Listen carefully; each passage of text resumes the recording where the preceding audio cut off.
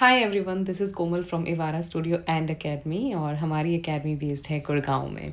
तो मैं आ गई हूँ आपके लिए एक और वीडियो लेकर जिसमें मैं ये soft glam bridal modern look create करने वाली हूँ। और मैं स्टेप बाय स्टेप सारी चीज़ें आपको क्लियर करूँगी। और मैंने बहुत ब्रीफ एक्सप्लेनेशन देने की इस बार कोशिश की है कि सब कुछ आपको बहुत अच्छे से मैं समझा पाऊँ कि मैं कौन से प्रोडक्ट्स किस तरीके से यूज़ करती हूँ, ताकि आप भी कोई ऐसा ही सुंदर सा लुक क्रिएट कर सकें। कमेंट सेक्शन में ज़रूर बताइएगा कि ये वीडियो आपको कैसी लगी, ये लुक आपको कैसा लगा। हमने वाइट आउटफिट, ग्रीन ज्वेलरी और उसके साथ बहुत प्यारा सा ये मॉडर्न सा लुक क्रिएट किया है। तो स्टार्ट करते हैं आई प्रेपिंग के साथ। सबसे पहले मैं यहाँ आई को कंसील कर रही हूँ। आई को कंसील करना बहुत ज़रूरी है। अगर आप नहीं करेंगे तो आपके जो भी कलर्स आप यूज़ करेंगे वो आपके आई मेकअप पे बहुत ज़्यादा हाईलाइट नहीं होंगे। तो आई कंसील करने के लिए आप कोई भी कंसीलर यूज़ कर सकते हैं जो आपके क्लाइंट का या आपके मॉडल का थोड़ा सा फेयर शेड हो। एक टोन अप जा सकते हैं या फिर उन्हीं के नेचुरल शेड पे रह सकते हैं। उसके बाद मैंने यहाँ आईब्रो को मैं पहले थोड़ी सी शेप देती हूँ नीचे वाली साइड से, और उसके बाद मैं पूरी आई को कंसील करती हूँ। इससे क्या है, अब आप जो भी लाइट कलर्स यूज़ करेंगे या डार्क कलर्स यूज़ करेंगे, आपका आई मेकअप बहुत अच्छे से हाईलाइट होके आएगा। उसके बाद मैं इसको बेक कर लेती हूँ लूज़ पाउडर के साथ। कुछ आर्टिस्ट इसको डायरेक्ट कलर्स भी यहाँ प्लेस कर देते हैं, बट मुझे लगता है वो थोड़ा सा क्रीमी या लिक्विड के ऊपर आप डायरेक्ट कलर रखते हैं तो वो थोड़ा सा पैची दिखता है। सेफ साइड पे आप चल सकते हैं। आप पहले उसको लूज़ पाउडर से बेक कर लीजिए, उसके बाद आप अपने कलर्स की प्लेसमेंट कर सकते हैं। उसके बाद मैं बहुत सॉफ्ट सा आई मेकअप क्रिएट करूँगी, तो उसके लिए मैंने सिर्फ क्रीज लाइन क्रिएट की है लाइट ब्राउन कलर के साथ, और उसके लिए मैंने स्मॉल ब्लेंडिंग ब्रश यूज़ किया है। इससे क्या आपकी जो आईज़ हैं उनको थोड़ी सी डेप्थ मिलेगी। उसके बाद मैंने इस वाइट कलर का आई शेडो बेस लिया है, सिर्फ और सिर्फ सिंगल आई शेडो की तरह हमें उसे प्लेस करना है पूरे उस पर। और मैंने थोड़ा सा इसमें पिगमेंट ऐड किया है ताकि वो थोड़ा कलर हल्का सा शाइन उसमें आए, थोड़ा सा ग्लॉसी शाइन दिखाई दे। बहुत ज़्यादा कोई और कलर्स में ऐड नहीं करना चाहती हूँ, बहुत ही इसको मॉडर्न सॉफ्ट सा लुक देना चाह रहे हैं हम लोग। तो आइज़ में हम इतने ही कलर्स रखेंगे और उसके बाद हम कर रहे हैं अपना लाइनर अप्लाई। लाइनर के लिए मैं जो यहाँ ब्रश यूज़ कर रही हूँ वो मेरे खुद के ब्रांड का है, इवारा का।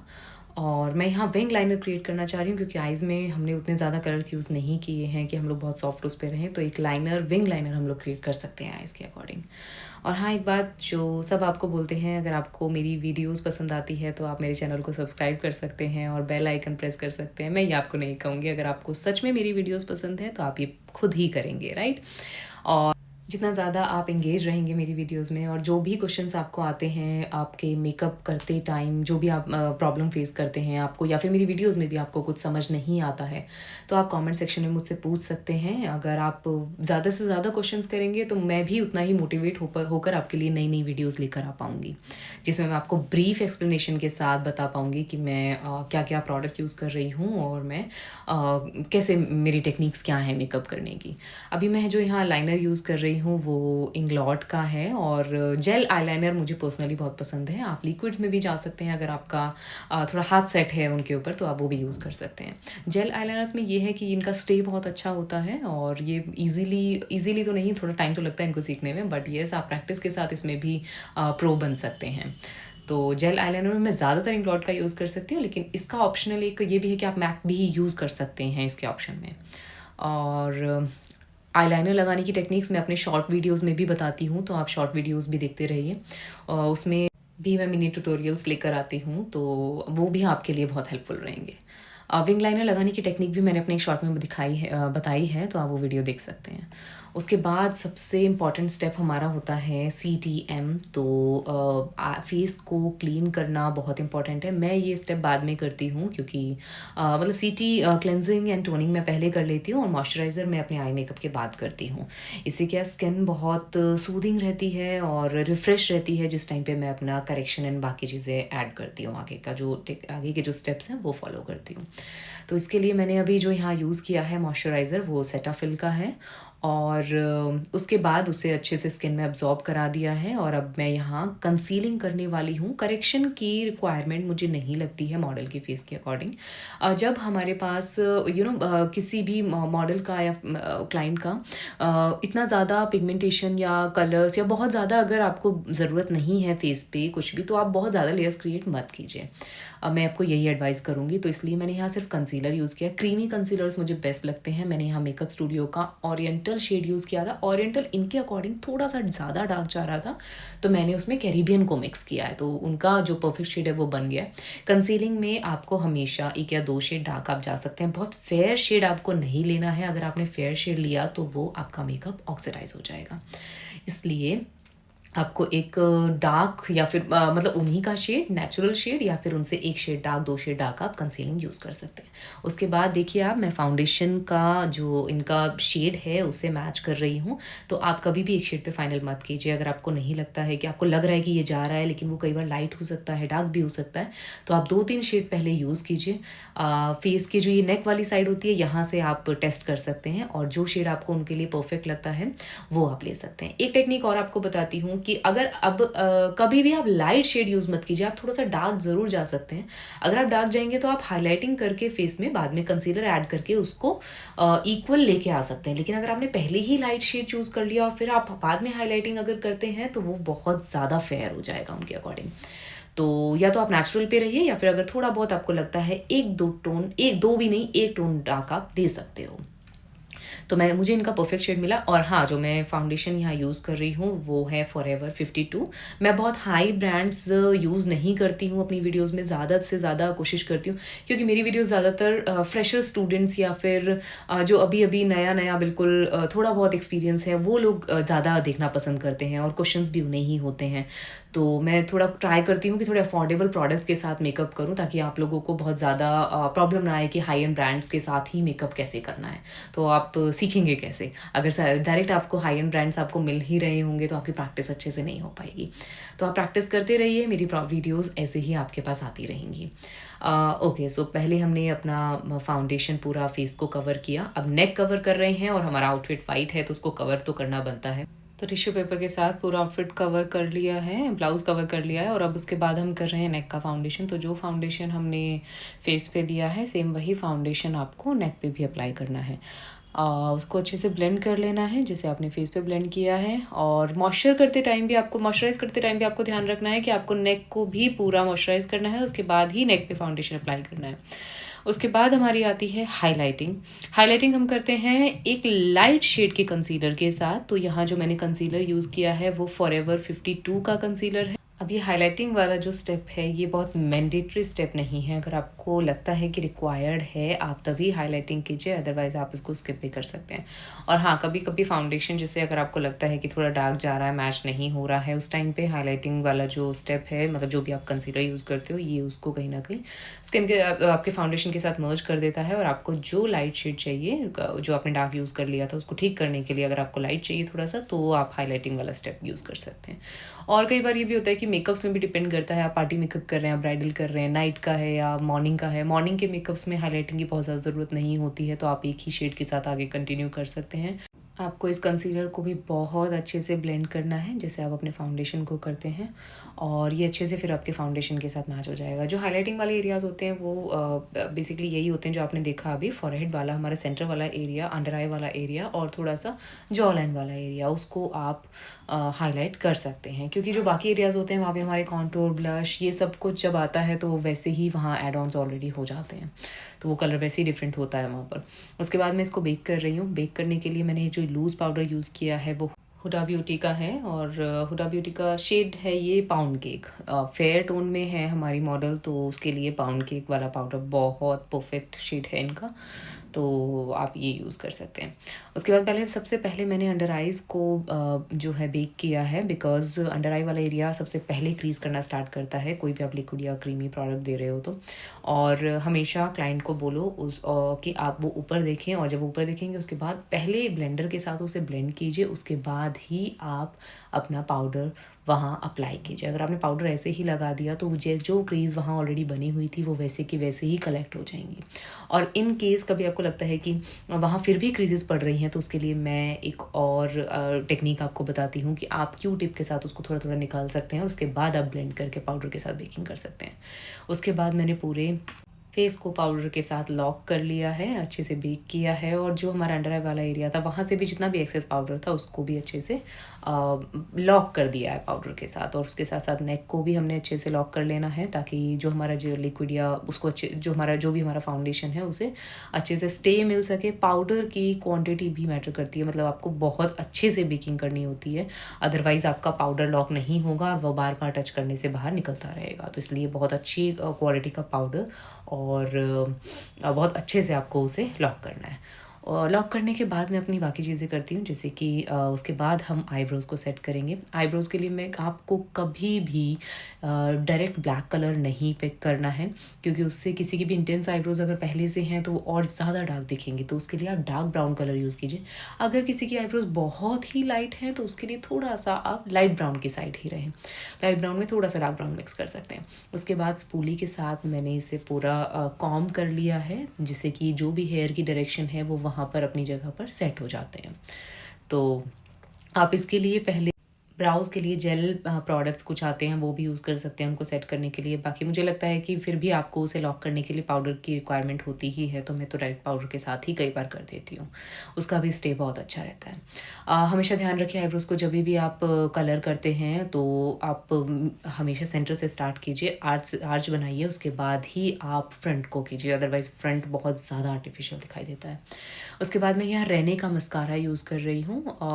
नॉर्मल पार्टी मेकअप्स के लिए आप ये मस्कारा यूज़ कर सकते हैं, बहुत अच्छा मस्कारा है, वॉल्यूमिनस भी है, आपके लैशेस को वॉल्यूम भी देगा, साथ साथ डेंसिटी भी देगा और अच्छा स्टे भी करता है। तो वह हमने अच्छे से मस्कारा किया, और उसके बाद मैं कर रही हूँ फेस को कॉन्टोर, ब्लश, हाइलाइटर। ये तो बहुत इंपॉर्टेंट स्टेप्स, इनके बिना तो ऐसा लगता है कि सिर्फ फाउंडेशन लगा के हम लोग आ गए, और वो बिल्कुल भी अच्छा नहीं लगता है। तो ये हमारे मेकअप को कंप्लीट करते हैं। वैसे तो मेकअप में हर एक स्टेप बहुत इंपॉर्टेंट होता है। सो मैंने कॉन्टोर किया है लाइट ब्राउन कलर के शेड के साथ, और ये जो मेरी पैलेट है कॉन्टोर की, ये मेकअप स्टूडियो की पाउडर पैलेट है, बहुत अच्छी पैलेट है, मैं काफ़ी टाइम से इसे यूज़ कर रही हूँ।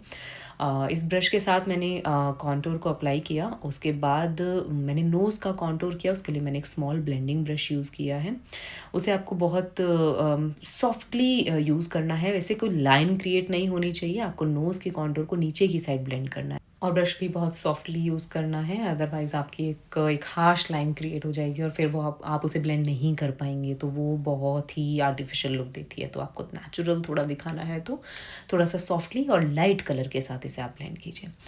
अच्छा, उसके बाद आज मैं अपनी वीडियो में थोड़ा सा और डीप नॉलेज आपको देना चाहती हूँ। मैं यहाँ कॉन्टोर कर रही हूँ, बॉडी कॉन्टोर। तो क्लीवेज के लिए आप ऐसा कोई राउंड कॉन्टोर वहाँ शेड कर सकते हैं, और कॉलर बोन्स के लिए जो हमारा नीचे वाला एरिया होता है, यानी कि जो उठा हुआ वाला एरिया होता है वो हमारा हाइलाइटिंग के लिए होता है, और जो उसके साइड्स में नीचे वाला एरिया होता है वो हमारा कॉन्टोर के लिए होता है। आप देखो मैं जहाँ ब्रश चला रही हूँ, ये वाला डीप वाला एरिया नीचे थोड़ा सा एक होलो पार्ट है, तो वहाँ पे हम अगर कॉन्टोर करते हैं तो वो और ज़्यादा हाईलाइट वाला पार्ट ज़्यादा हाईलाइट होता है। जितना आप नीचे कॉन्टोर करोगे उतना ज़्यादा शार्प आपका ऊपर वाला पार्ट दिखे, तो वहाँ पर हम लोग हाइलाइटिंग करते हैं, और बाकी नीचे वाले एरियाज़ पे हम लोग कॉन्टोर करते हैं। इससे क्या है, जब डीप नेक या कोई ऐसा कोई आउटफिट अगर आप कर रहे हो, कोई मॉडर्न लुक क्रिएट कर रहे हो, तो आप ऐसे वाली कॉन्टोर हाइलाइटिंग कर सकते हैं। उसके बाद मैंने ब्लश किया है, ब्लश की एप्लीकेशन की है, तो मैं बहुत सॉफ्ट ही ब्लश देना चाह रही हूँ। तो मैंने एक पीच शेड लिया है, ये मैंने आई मैजिक की पैलेट से लिया है, बहुत ही अफोर्डेबल पैलेट है, आप लोग यूज़ कर सकते हैं। सॉफ्ट सा मैंने ब्लश ऐड किया है।